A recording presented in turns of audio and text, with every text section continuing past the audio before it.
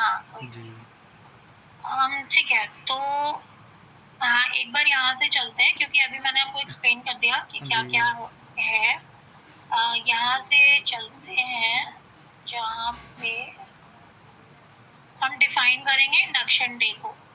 ठीक है, तो हाँ एम्प्लॉयी जी। आ गया, उसकी सारी फॉर्मेलिटीज कंप्लीट हो गई। अगर कुछ बैकग्राउंड वेरिफिकेशन वाला प्रोसेस बच रहा है, जैसे कुछ कंपनीज होती है ना जो पूरा बैकग्राउंड वेरिफिकेशन जब तक कंप्लीट नहीं हो जाता तब तक एम्प्लॉय को हाँ जी। आने नहीं देती। ठीक है, कुछ कंपनीज ऐसी होती हैं कि बैकग्राउंड वेरिफिकेशन चलता रहता है साइड बाय साइड। वो हाँ आ जी। गया employ but side by side background verification चलता है। हाँ जी। बट मोस्टली जितनी एमएनसीज मैंने देखी है उसमें क्या होता है कि पहले ही बैकग्राउंड वेरिफिकेशन कंप्लीट कर लिया जाता है।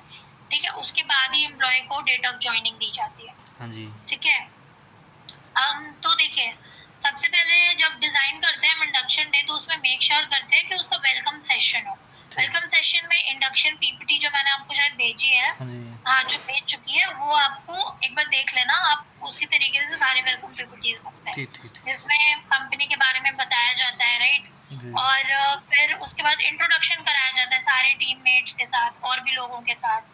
एचआर पॉलिसी बताया जाता है, जैसे लीव पॉलिसी, अटेंडेंस सिस्टम क्या है, कहाँ से पंच इन करना है, परफॉर्मेंस मैनेजमेंट प्रोसेस क्या है, जी। बेनिफिट्स क्या है, कंप्लायंस क्या चीजें होती है, जैसे टैक्स के लिए भी बहुत सारे डॉक्यूमेंट सबमिट करने पड़ते हैं, राइट? जी। तो वो सब की जो इन्फॉर्मेशन होती है वो एचआर पोर्टल में सबमिट करता है एम्प्लॉय। ठीक।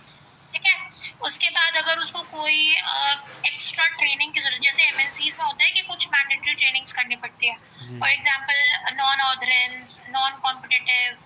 फिर कुछ ट्रेनिंग होती है जिसमें सेफ्टी सिक्योरिटी की ट्रेनिंग होती है ना? तो इस तरीके से कुछ कुछ ट्रेनिंग एम्प्लॉयज को करनी होती है। ठीक है, हाँ तो जी। वो सब ट्रेनिंग कर लेते हैं।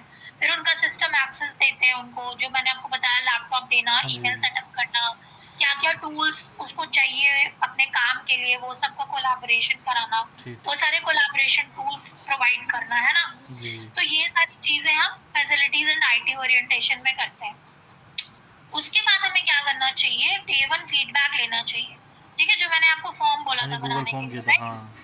कि उसमें हमें पता चल जाएगा कि हमारा जो इंडक्शन डे जी। 1 का है, वो हम अप टू द मार्क चल रहे हैं हाँ कि जी। नहीं चल रहे हैं, राइट? तो अगर हमारा एम्प्लॉयी बोल रहा है कि हाँ हाँ, जी। सारी चीज़ें सही है, उसको क्लियर हो गया, उसका मैनेजर कौन है, उसको क्लियर हो गया, उसकी टीम में कौन-कौन से लोग हैं, उसको सारी चीज़ें क्लियर हो गई हैं, हाँ तो वो जी। हमें अच्छा फीडबैक देगा। अगर नहीं हुई है, तो फिर वो हमें खराब फीडबैक देगा, और अगर खराब देगा तो as an HR this is our responsibility that we have to make sure कि वो जो सारी चीजें खराब है वो हम उस पे काम करें और उस प्रोसेस को और स्मूदन अप करें। जी। ठीक है, जी। um, ठीक है, तो ये हो गया। फिर आगे बढ़ते हैं। इसमें लिखा है, अभी देखो 30 60 90 जर्नी यहाँ से शुरू होता है। डे 1 का जो प्रोग्राम है वो सबका सेम ही रहेगा हाँ जी। ऑलमोस्ट, चाहे वो मार्केटिंग में ज्वाइन कर रहा हो, जी। फाइनेंस में ज्वाइन कर रहा हो, हाँ एचआर में जी। ज्वाइन कर रहा हो, आईटी में कर रहा हो, कहीं भी ज्वाइन कर रहा हो, लेकिन जो फर्स्ट डे का प्रोग्राम है वो सेम रहेगा। फर्स्ट डे में आपको कंपनी के बारे में बताना होता है, विजन के बारे में बताना होता है, हाँ वो जी। कौन से टीम है वो बताना होगा। तो ऑलमोस्ट सबका सिमिलर ही रहेगा, है ना? जी। लेकिन जब हम उसका डीप में जाकर उसको 30 60 90 ऑनबोर्डिंग फ्रेमवर्क देंगे, हाँ जी। तो उसमें हमको एक-एक को पिक करना पड़ेगा रोल वाइज़। हाँ जी। जैसे अगर कोई मार्केटिंग में जॉइन किया है, तो उसका जो 30 60 90 प्रोग्राम होगा, वो बिल्कुल डिफरेंट होगा एज़ कम्पेयर टू वो जो एचआर में जॉइन किया है। जी। क्यों? क्योंकि उसके रोल्स एंड रिस्पॉन्सिबिलिटीज़ मार्केटिंग वाले बंदे से बिल्कुल जी। डिफरेंट होंगे। आप समझ गए? हाँ जी। जैसे अभी जब देखिए, हम क्या करेंगे कि अब ना ये देखो 30 60 90 मोस्टली इसीलिए होता है ताकि एम्प्लॉय को पता रहे कि मेरे से एक्सपेक्टेशन क्या है, हाँ जी। क्योंकि उसको जेडी में ऑलरेडी मालूम होता है ना? हाँ जी। हाँ जी। कि मेरा रोल्स एंड रिस्पॉन्सिबिलिटीज क्या है मोटा मोटा, है ना? अभी हम क्या करते हैं, जब हमारा नेक्स्ट चैप्टर आएगा परफॉर्मेंस मैनेजमेंट वाला, हाँ जी। हाँ तो जी। उसमें हम उन दोनों को लिंक कर देंगे। यस। जैसे हम डिफाइन करेंगे प्रॉपर, जब उसका 30 डेज में उसको फर्स्ट 30 डेज में, लेकिन पहले महीने में उससे क्या क्या एक्सपेक्टेशंस है, हमारी क्या क्या एक्सपेक्टेशंस है, हाँ जी। वो जब हम प्रॉपर लिख के उसको डेफिनेशन और डिफाइन कर देते हैं, तो फिर हमें परफॉर्मेंस मैनेजमेंट में भी ज्यादा प्रॉब्लम नहीं होता। जी। क्योंकि प्रोबेशन पे होता है ना, शुरू के 3 महीने, शुरू के 6 महीने, जो भी है, तो कंपनी टू कंपनी डिपेंड करता है। बहुत सारी कंपनीज 1 महीने का प्रोबेशन रखती हैं, बहुत सारी कंपनी 3 महीने का रखती है, बहुत सारी कंपनी 6 महीने का भी रखती है हाँ ना। जी। तो उस प्रोबेशन में वो पूरा जज करते हैं एम्प्लॉइज को कि भाई ये एम्प्लॉय सच में अच्छा है या फिर हमें दूसरा कोई एम्प्लॉय हायर करना पड़ेगा। जी। तो ये देखो डेफिनेशन देख लो क्या है। Role integration must link directly to performance readiness through structured milestones. Each phase builds upon the previous, creating momentum and confidence. तो फर्स्ट डे में क्या करेंगे, फाउंडेशन सेटअप करेंगे जिसमें उसका कोर सिस्टम डिफाइन करते हैं, ठीक है। हाँ जी। अंडरस्टैंडिंग प्रोसेसेस, अभी सिस्टम में वो घुसा है, जैसे फॉर जी। एग्जांपल एक एचआर है, ठीक है। अभी वो एचआर टीम में घुसा है, ठीक है, कोई भी न्यू एचआर। तो अब वो उसको समझने में तो थोड़ा टाइम लगेगा ना कि कहाँ पे कौन से टूल्स हैं, कौन हाँ से जी। एचआरएमएस टूल्स हैं, रिक्रूटमेंट कैसे होता है, वर्कफोर्स प्लानिंग कैसे करते हैं यहाँ पे, हाँ है ना। जी। तो ये सारी चीजें हम उसको सिखाएंगे पहला फाउंडेशन में, ठीक जी। है। फिर उसके बाद जो दूसरा प्रोसेस होता है वो होता है एप्लीकेशन का प्रोसेस। ओके, हाँ जी। एप्लीकेशन में अब जो उसने पहले 30 दिन सीख लिया, अभी वो नेक्स्ट 30 दिन वो उसको इम्प्लीमेंट करेगा, ठीक ठीक। ठीक। और फिर उसके बाद जो फाइनल 30 डेज होंगे उसमें वो इंडिपेंडेंटली अपना काम करेगा, उसके रोल्स एंड रिस्पॉन्सिबिलिटीज एकदम अलग डिफाइंड हो जाएंगे और वो जी। काम करेगा। तो पहले में कोर सिस्टम को लर्न करता है, प्रोसेस अंडरस्टैंड करता है, पॉलिसी को समझता है, फाउंडेशनल जो नॉलेज है उसको गेन करता है कि कौन सी टीम कहाँ पे बैठती है, कौन सी टीम क्या करती है, टीम में कौन सा बंदा क्या करता है, जी। ये सारी चीजें वो पहले 30 दिन करता है, समझता है। उसके बाद जब 30 दिन होती है तो फिर टीम इनिशिएटिव में सपोर्ट करेगा, थोड़ा बहुत कंट्रीब्यूट कर देगा वर्क प्रोजेक्ट में, है ना। जी। जैसे फॉर एग्जांपल हमने गोल सेटिंग करी कि हमें प्रोडक्टिविटी बढ़ानी है, अभी कोई फैक्ट्री है, उस जी। फैक्ट्री की प्रोडक्टिविटी बढ़ानी है। अभी अगर कोई इंजीनियर आया तो पहला 30 दिन तो उसको समझने में लग जाएगा कि मशीन काम कैसे करी है, कौन सी हाँ चीज जी। कहाँ पे है, कौन सा डिपार्टमेंट कहाँ पे है। फिर नेक्स्ट 30 डे में वो अपने मैनेजर के साथ कुछ प्रोजेक्ट उसको मैनेजर देता रहेगा ठीक ठीक। और चेक करता रहेगा कि हाँ तुमने कर लिया, ठीक किया, सही किया, गलत किया, इस तरीके से, समझ रहे हैं आप। जी। और उसके बाद वो उसी 30 दिन में अपना नई जो स्किल्स है वो अपने गाइडेंस, अपने मैनेजर के साथ जो सपोर्ट सिस्टम है उसके साथ ठीक वो गेन करना शुरू करेगा, हेल्प करना शुरू जी। करेगा। और फिर लास्टली वो प्रोफेशनल रिलेशनशिप्स बनाना शुरू करेगा। अब इंडिपेंडेंटली वो बंदा जो है वो बात कर सकेगा इनिशियली, क्योंकि उसको पता नहीं है कि कौन सा इंसान क्या कर रहा है, राइट। जी। तो जब उसको धीरे धीरे पता चलती है चीजें तो फिर वो इंडिपेंडेंटली बात करना शुरू करेगा, उसी को कहते हैं बिल्डिंग प्रोफेशनल ठीक। नेटवर्क। फिर फाइनल 30 डेज में वो क्या करता है, इंडिपेंडेंटली काम करना शुरू करता है, जिसमें उसको प्रोजेक्ट दे दिया जाता है एक अपना खुद का, और उसका कॉम्पिटेंसी मैप किया जाता है। वो ओनरशिप लेगा अपने काम में जो उसको दिया गया है, और उसके सारे जो काम होंगे लास्ट के 30 डेज के, यानी कि तीसरे महीने से, वो उसको अलाइनमेंट के साथ होगा, केआरए की रिस्पॉन्सिबिलिटी एरिया जिसको कहते हैं, उसके साथ वो काम करना शुरू करेगा और फिर उसको जज किया जाएगा, उसको फिर वो परफॉर्मेंस मैनेजमेंट में उसको लिया जाएगा, ठीक है। ठीक। ये जब हम परफॉर्मेंस मैनेजमेट सिस्टम पढ़ेंगे तो केआरए क्या होता है, केपीआई क्या होता है, गोल सेटिंग कैसे करते हैं, ये सब उस चैप्टर में हम क्लियर हो जाएगा। लेकिन आप इतना याद रखो कि केआरए होता है की रिस्पॉन्सिबिलिटी एरियाज, ठीक है। वो क्या होता है कि जैसे सपोज करो हमने जेडी आपको दिखाया, जेडी क्या होता है, राइट। फॉर एग्जांपल एक एचआर इंटर्न का जेडी है, उसमें लिखा है कि आपको ट्रेनिंग एंड डेवलपमेंट में हेल्प करनी है ना। तो अभी उसका केआरए क्या होगा, उसका केआरए होगा ट्रेनिंग देना लोगों को, ठीक है। की रिस्पॉन्सिबिलिटी एरिया कुछ नहीं होता बट काम होता है, जो बेसिकली काम को ना हम अलग अलग बुलेट पॉइंट में डिमॉन्स्ट्रेट कर देते हैं। जैसे एक एचआर मैनेजर का बहुत सारा काम होता है, उसका काम ट्रेनिंग एंड मैनेजमेंट होता है, फिर उसका काम परफॉर्मेंस मैनेजमेंट होता है, उसका काम आपका क्या कहते हैं कि टैलेंट एक्विजिशन होता है, ये सारे उसके काम है। तो ये सारे ना उसके केआरए बनेंगे, समझ गए कि ट्रेनिंग एंड डेवलपमेंट आपका एक काम है, ये आपको करना है, ठीक है। उसी तरीके से अगर आपको एम्प्लॉय एंगेजमेंट एक्टिविटी करानी है तो वो आपका एक केआरए है, एम्प्लॉय एंगेजमेंट एक्टिविटी, ठीक है। तो ये होता है केआरए। केआरए कुछ नहीं है बट रोल्स एंड रिस्पॉन्सिबिलिटीज होती है जो उसको करनी होती है, जो काम करना होता है, वही होता है तो इसका, ठीक है। अब समझ गया। अभी इसको ब्रेक डाउन कैसे करते हैं, जेडी से कैसे उठाते हैं, इसलिए मैंने बोला था कि जेडी बहुत इंपॉर्टेंट है, क्योंकि जेडी से ही आपको किसी भी इंसान का, किसी भी एम्प्लॉय का, किसी भी डेजिग्नेशन का निकल कर आएगा उसका परफॉर्मेंस मैनेजमेंट, उसका केआरए, उसकी रिस्पॉन्सिबिलिटीज क्या क्या है। जैसे मैंने आपको की रिस्पॉन्सिबिलिटीज पढ़ाया था, हाँ जी। अगर मैं जाऊँ वापस जेडी पे रोल्स एंड रिस्पॉन्सिबिलिटीज पे, तो उसमें आप देखे होंगे वही उसका KRA बनता है। जैसे वही मैंने आपको शेयर किया होगा, जैसे कि जेडी शेयर कर ही दी क्या? हाँ जीडी सेंड की थी मुझे।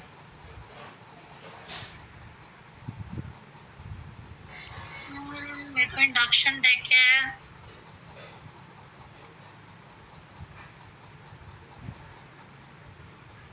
आपके पास अगर कोई जेडी पड़ी हुई हो तो एक मिनट रुको, मेरे पास है जेडी।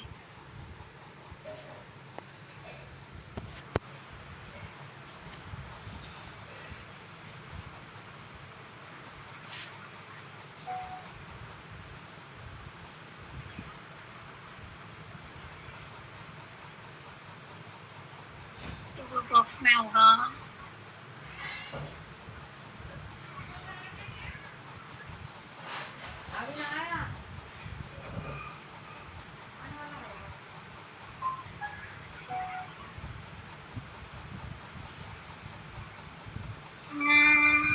हाँ ये रहा होगा जेडी इसमें।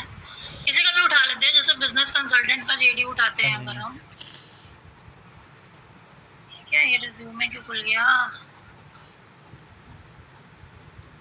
चलो कंटेंट क्रिएटर का उठा लेते हैं। तो ये देखो, ये जो इसकी रिस्पॉन्सिबिलिटीज है ना, अच्छा जी। यही इसका KRA बनता है।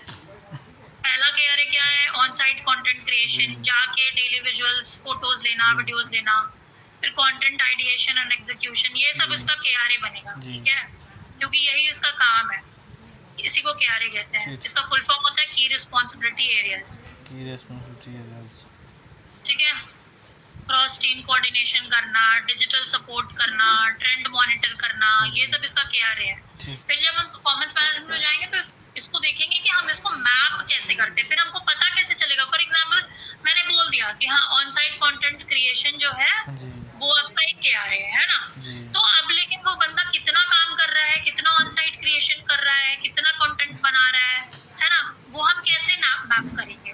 ठीक है, तो उसके लिए हमको बनानी पड़ती है KPI, जिसको कहते हैं की performance index, the key performance indicators. तो हम क्या करते हैं, हम इसको और तोड़ते हैं। जैसे इसका पहला रिस्पॉन्सिबिलिटी एरिया होता है, इसका पहला रिस्पॉन्सिबिलिटी है कि कैप्चर करना है daily visual, photo, videos, reels बनाने हैं।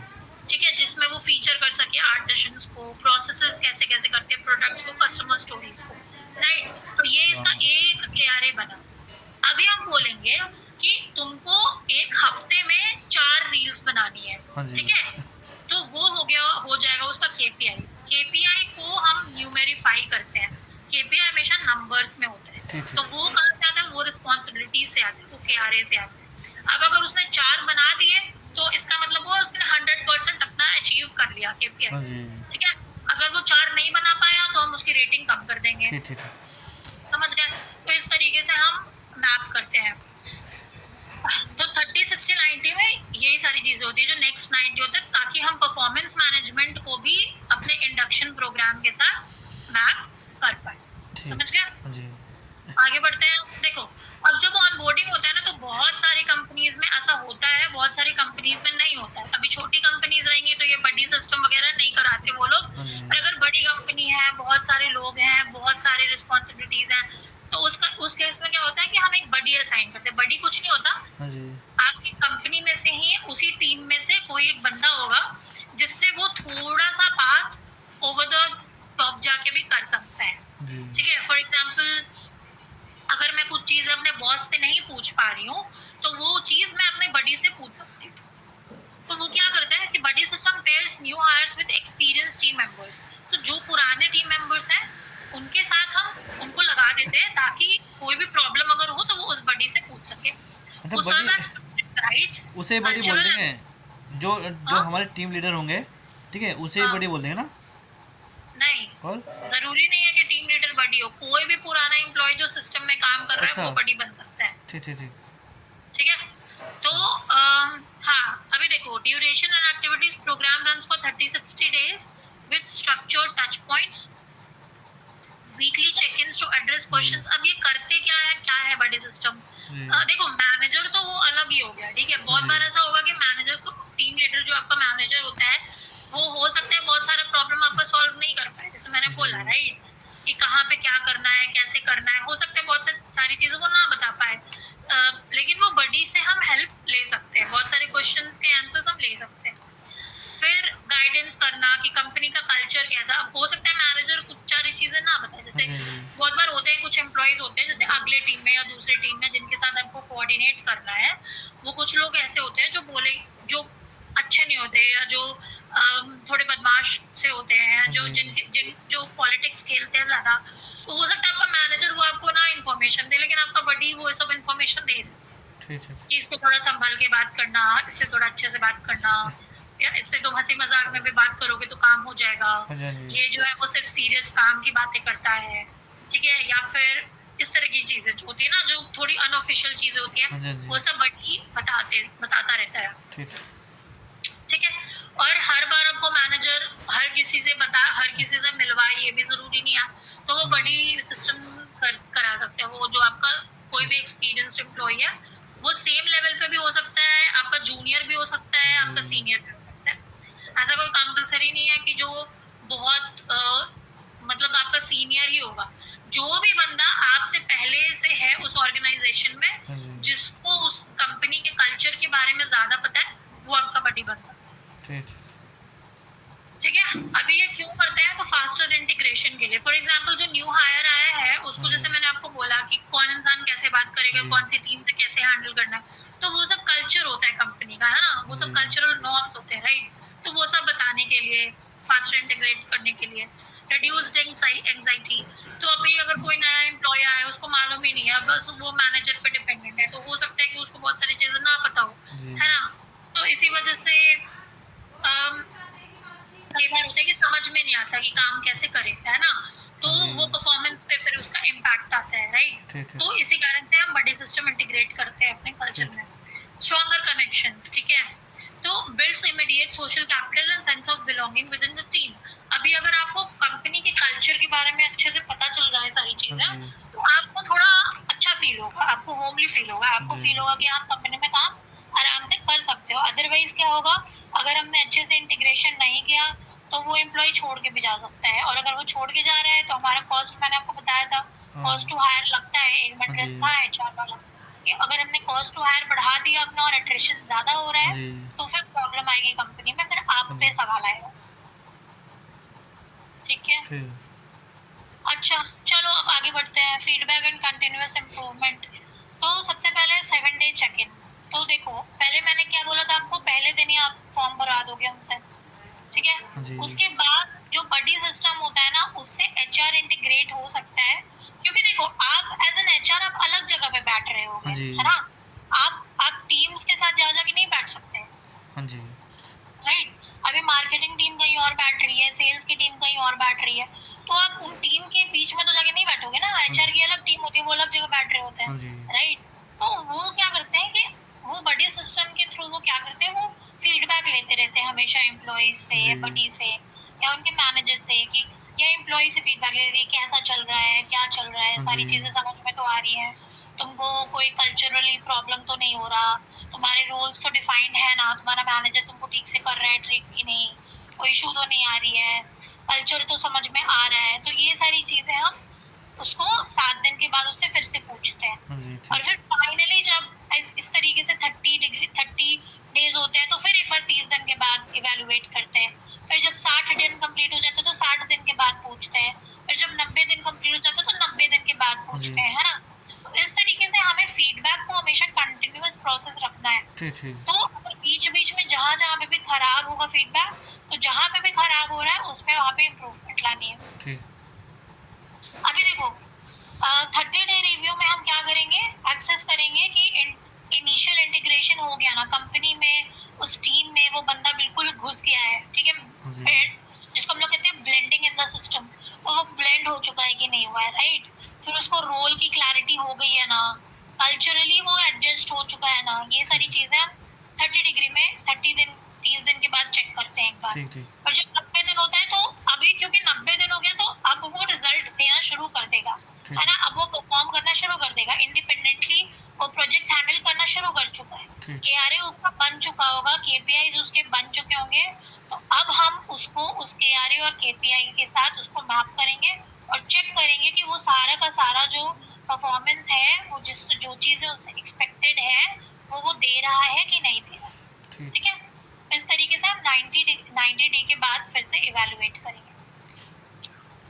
अभी देखो मेजरमेंट स्ट्रैटेजीज क्या क्या है। पल्स सर्वेज होता है, आप जीपीटी पे जाओगे, आप लिखोगे design a pulse survey for onboarding हाँ जी, हाँ जी। एक्सपीरियंस, आपको पूरा पल्स सर्वे मिल जाएगा। ठीक है, फिर उसके बाद एग्जिट इंटरव्यू एनालिसिस जी। When early attrition offers. अभी देखो बहुत बार ऐसा होगा कि बहुत सारे एम्प्लॉइज जो है ना वो दो महीना काम करेंगे और छोड़ देंगे, जी। 1 महीने काम करने के बाद छोड़ देंगे। ठीक है, तो उनसे हम एग्जिट इंटरव्यूज लेते हैं कि क्यों छोड़ रहे हो, कहाँ जी। जा रहे हो, क्या प्रॉब्लम हुई है ना, पैसे की प्रॉब्लम है क्या, कॉम्पनसेशन कहीं और ज्यादा मिल रहा है। मोस्टली 2 रीजन की वजह से ही जी। छोड़ते हैं। पहले रीजन होती है, सबसे मेजर रीजन जो होता है वो ये होता है कि कहीं और इन्वायरमेंट। पैसा ज्यादा मिल रहा होता है हाँ उनको। जी। ठीक है, तो वो पैसे की वजह से छोड़ते हैं। दूसरा रीजन होता है उनको कंपनी का कल्चर एकदम समझ नहीं आता हाँ था। जी। फॉर एग्जाम्पल कोई स्टार्टअप से आ गया, वो एमएनसी चला गया, उसको चीजें समझ में ही नहीं आ रही। हाँ जी। ठीक है, या कोई एमएनसी वाला बंदा स्टार्टअप चला गया, अभी उसको बर्डन, अभी ये 30 60 90 नाम का कोई चीज ही नहीं है हाँ जी। एमएनसी में, अच्छा। और मतलब सॉरी स्टार्टअप में। उसको डे वन से ही उससे एक्सपेक्टेड है कि भाई तू आ गया अब हाँ तू जी। काम कर। हाँ जी, हाँ जी, ठीक हाँ है, जी। तो ये सारी चीजें होती हैं कभी कभी। ठीक है ना, मिसमैच हो रहा होता है कि मैं जैसे काम करने का मेरा जो स्टाइल है वो बहुत डिफरेंट हो गया है ना। तो इन जी। रीजंस की वजह से मोस्टली लोग छोड़ते हैं काम। ठीक, ठीक, ठीक। तो जब आप एग्जिट इंटरव्यू लोगे तो आपको पता चल जाएगा कि भाई बंदा क्यों जा रहा है, इसीलिए एग्जिट इंटरव्यू लेना जरूरी होता है। ठीक। तीसरा मैनेजर फीडबैक होता है ऑन न्यू हायर प्रिपेयर्डनेस। तो देखो ऐसा नहीं है कि हम सिर्फ एम्प्लॉय से ही पूछते रहेंगे कि सारी चीजें अच्छी चल रही है कि नहीं, सब हाँ कुछ जी। सही है कि नहीं। नहीं नहीं नहीं, जो उसका मैनेजर है उनसे भी पूछेंगे कि जो एम्प्लॉय है जी। वो ढंग से काम कर रहा है ना, उसमें वो ठीक, सारे स्किल्स तो है ना जो चाहिए थे आपको। ठीक, ठीक। तो हमारी हायरिंग सही हुई है कि नहीं, क्वालिटी हायरिंग की सही है कि नहीं, वो किससे पूछोगे आप, मैनेजर से ही पूछोगे ना, हाँ जी। क्योंकि उसी को काम करवाना है। एम्प्लॉय से तो आप ये पूछोगे, न्यू हायर से तो आप ये पूछोगे ना कि हाँ चीजें तुमको समझ में आ रही है कि नहीं, तुम्हारे मैनेजर ने तुमको रोल्स डिफाइन कर दिए कि नहीं जी। तुम्हारे। बाकी बंदा कैसा हायर हो वो तो आपको तभी पता चलेगा जब आप मैनेजर से पूछोगे। हाँ जी। ठीक है, तो ये तीसरी चीज होती है। और चौथी चीज होती है सेल्फ असेसमेंट सर्विस, जो मैंने आपको बनाने के लिए बोला था। या फिर खुद को ही एम्प्लॉय रेट कर रहा है, ये आप छोड़ सकते हो अभी के लिए। हाँ जी। ये बहुत नीश कंपनीज में होता है, बहुत कम कंपनीज में होता है हाँ जी। वहाँ पे एम्प्लॉय खुद को रेट कर रहा होता है। ये तब होता है जब परफॉर्मेंस मैनेजमेंट हो रहा होता है उसका, हाँ जी। तो अब तब वो जाके फाइनली करता है। अच्छा आप देख लो इसमें क्या क्या मैट्रिसेस होते हैं। न्यू हायर सेटिस्फैक्शन स्कोर, ठीक है, जी। ये हम पहला दिन जब हमने उसको दिया फॉर्म भरने के लिए, अगर अच्छा है, रेटिंग 4 से ऊपर है, जी। तो हायर स्कोर सेटिस्फैक्शन स्कोर बढ़िया है। ठीक है, हाँ 7 जी। दिन के बाद भी अगर हम उसको कोई फॉर्म भरने दे रहे हैं और वो हाँ सब में 3 एंड अबव रेट कर रहा है, इसका मतलब सेटिस्फैक्शन स्कोर बढ़िया हाँ है जी। ना। तो ये सारी चीजें, ये एक मैट्रिक्स है, ठीक है, जिससे हम निकाल के लाते हैं कि हाँ भाई हमारा सिस्टम बढ़िया चल रहा है। दूसरा टाइम टू प्रोडक्टिविटी। अभी देखो ये मैनेजर ही बता पाएगा आपको, ठीक है, कि बंदा कितना कितना प्रोडक्टिव है, कितना कंट्रीब्यूट कर पा रहा हाँ है जी। टीम में। वो डे वन से कर रहा है या एकदम जब 2 महीने बीत गए तब कर रहा है। हाँ जी। ठीक है, उसके बाद 6 मंथ रिटेंशन रेट। अभी देखो अभी मैंने आपको क्या बोला था कि रिटेंशन बहुत जरूरी है। हमने न्यू हायर किया और उसने 6 महीने के बाद ही छोड़ दिया कंपनी, तो रिटेंशन रेट मेरा बहुत कम हो जाएगा, है ना। हाँ जी। तो जितने भी एम्प्लॉयज 6 महीने से ज्यादा टिक जाते हैं, हमारा रिटेंशन रेट बढ़ जाता है। ठीक, ठीक, ठीक। फॉर एग्जाम्पल अगर मैंने आज की तारीख में 10 एम्प्लॉयज हायर किए, 6 महीने में सिर्फ 6 महीने में 5 लोग हमें छोड़ के चले गए, हाँ जी। तो मेरा रिटेंशन रेट कितना हो गया, 50%। अच्छा। तो वो बिल्कुल भी बढ़िया नहीं है। ठीक, ठीक, ठीक। लेकिन अगर मैंने 10 बंदे हायर किए जिसमें से 9 बंदे मेरे पास अभी भी हैं 6 महीने के हाँ बाद, जी। तो मेरा रिटेंशन रेट कितना हुआ, 90। 90%। तो हाँ इसका जी। मतलब क्या हुआ कि हमारा पॉलिसी, हमारा सिस्टम अच्छा है। बढ़िया है। हाँ ठीक जी। है, समझ गए आपको ये यहाँ तक कोई कंफ्यूजन। No ma'am. ठीक है, आगे बढ़ते हैं। आई थिंक ये खत्म हो जाएगा आज। कुछ कुछ जो टूल किट्स हैं वो मैं आपको भेज दूंगी। ठीक है, गूगल्स ऑनबोर्डिंग एक्सीलेंस, देखो गूगल जो है ना वो अपने ऑनबोर्डिंग के लिए इतनी बढ़िया कंपनी मानी जाती है ना जी। कि वहाँ लोग छोड़ते ही नहीं है जल्दी। अच्छा, ठीक है, ठीक, ठीक, ठीक। तो अभी देखो वो क्या क्यों माने जाते हैं अच्छे, वो मैं उसको एग्जाम्पल बता रही हूँ आपको, वो क्यों माने जाते हैं अच्छे।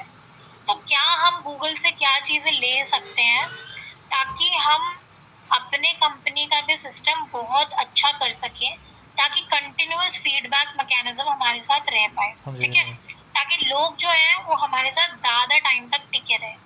ठीक है, ठीक, ठीक, ठीक। उसका पहला जो होता है वो होता है the just in time approach. Just in time approach में क्या करते हैं वो लोग, हाँ, उन लोगों ने ऑनबोर्डिंग को मतलब मैनेजर्स को ऑटोमेटेड रिमाइंडर भेजते रहते हैं। हाँ जी, ठीक है, तो वो 5 critical actions with each new hire बताते हैं। जैसे जो मैंने आपको पहले बोला था ना, बडी प्रोग्राम बनाना, हाँ जी, हाँ जी, उनकी रोल्स एंड रिस्पॉन्सिबिलिटीज डिफाइन करना। ठीक है, उस तरीके से चीजें हाँ बिल्कुल जी, ऑर्गेनाइज कर देते हैं ताकि मैनेजर को ये हमेशा चाहता रहे हाँ जी, इंफॉर्मेशन हाँ कि जो भी नया बंदा आया है उसको उसके रोल्स, उसकी हाँ, रिस्पॉन्सिबिलिटीज, हाँ, उसको कहाँ पे क्या चीजें मिलेंगी, जी, उसको कौन सी टीम के साथ क्या बात करनी है, कैसे करनी है, हाँ जी, बडी सिस्टम इम्प्लीमेंट करना, ये सारी चीजें वो भेजते रहते हैं मैनेजर्स को, ताकि वो मैनेजर जो है, हाँ जी, जो न्यू एम्प्लॉय है, उसको समझ में आ जाए। ठीक है, ठीक, ठीक, तो ठीक। जो मैंने आपको बोला था कंटिन्यूअस फीडबैक मैकेनिज्म, हाँ जी, उससे क्या होता है, उससे यही होता है, उससे लोगों का एक्सपीरियंस, जो नए एम्प्लॉय हैं उनका एक्सपीरियंस बहुत बढ़िया हो जाता है। ठीक है, जी, जिसकी वजह से एम्प्लॉय जो है उसको समझ में आता है कि वो उसको करना क्या है। ठीक है, ठीक, ठीक। दूसरा है वीकली वन ऑन वंस। अभी वो लोग क्या करते हैं कि फीडबैक लेने के लिए ना स्ट्रक्चर्ड फॉर्मेट होता है हाँ उनका जी, प्रॉपर, और हर वीक मतलब हर फ्राइडे नाइट, हर फ्राइडे इवनिंग हाँ को जी, वो उनसे फीडबैक कलेक्ट करते रहते हैं। समझ ठीक, गए। हाँ जी, फिर मैंने तीसरा बताया था peer budding system. Peer budding system में देखो, ये जो मैनेजर है ना वो क्या क्या चीजें भेजेगा, क्या क्या चीजें करेगा, जो मैंने आपको बोला था। पहला, हर हर हफ्ते बैठ के उससे बात करेगा, फीडबैक लेगा उन सारे जी, पॉइंटर्स में जो मैं आपको बताया।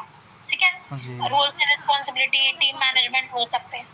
दूसरा वो क्या करेगा, पीयर बडी असाइनमेंट करेगा। ठीक है, हाँ बडी जी, मैंने आपको बताया क्या होता है, हाँ जी, तो वो असाइन करता है। तीसरा मैंने बोला नेटवर्क बिल्डिंग, हाँ जी, फैसिलिटेट क्रॉस फंक्शनल रिलेशनशिप्स। अभी जैसे वो देखो, एक टीम जो है वो दूसरे टीम के साथ